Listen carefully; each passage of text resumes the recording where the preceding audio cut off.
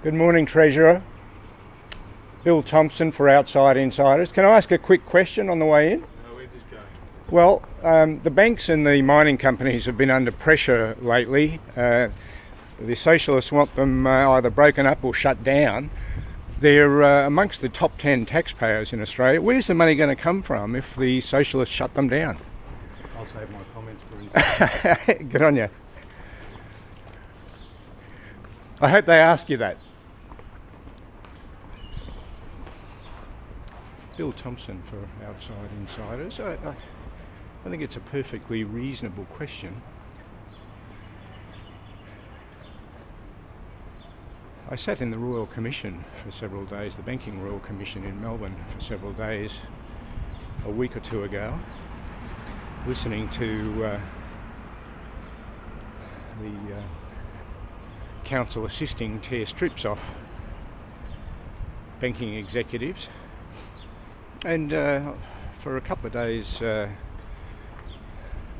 head of the financial regulator, APRA, was in the chair as well, and he was copying some criticism. Yesterday in Melbourne, there was yet another demonstration featuring school kids who were calling for the coal industry to be shut down. The mining industry pays billions of dollars a year in company taxes and mining royalties,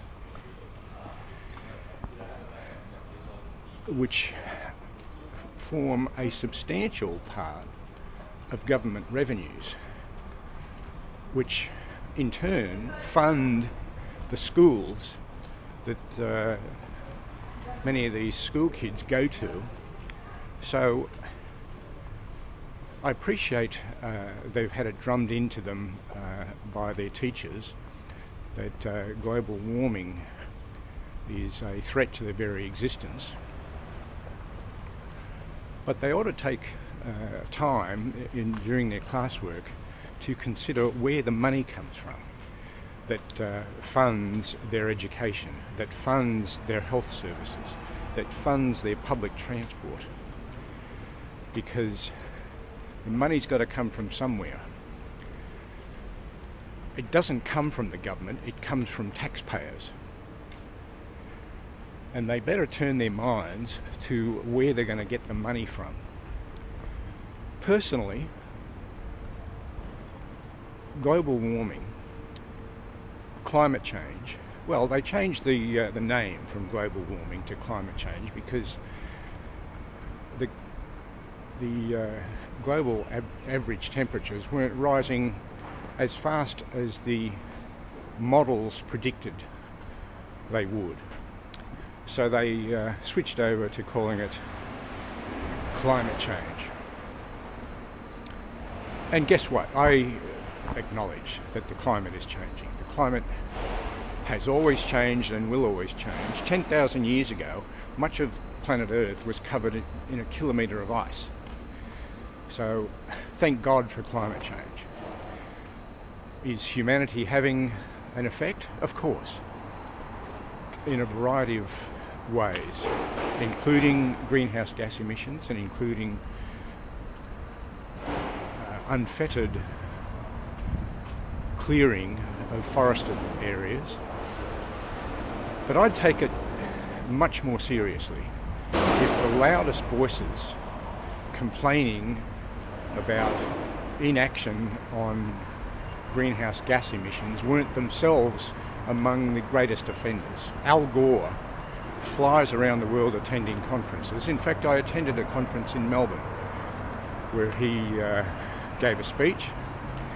There was no photography allowed inside, so for some reason they want to keep the possible fundraising to themselves.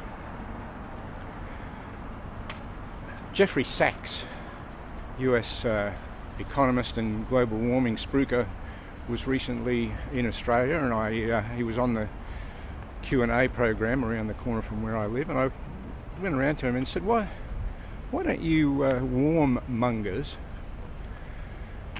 appear by video link instead of flying around the world to attend these things? And he said, I had to come to Australia. I was receiving an honorary university degree, so I had to be here personally to accept it. Eric Solheim, the former honcho in the UN Environment Department, recently had to resign because it was revealed he had spent $500,000 in the space of a year and a half jetting around the world,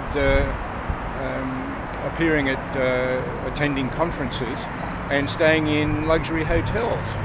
So these characters that whinge the loudest about the rest of us having to reduce our emissions are the very same people who are doing a lot of damage to the environment themselves with their jet-setting ways and their flights on greenhouse gas belching aircraft. Bill Thompson for Outside Insiders.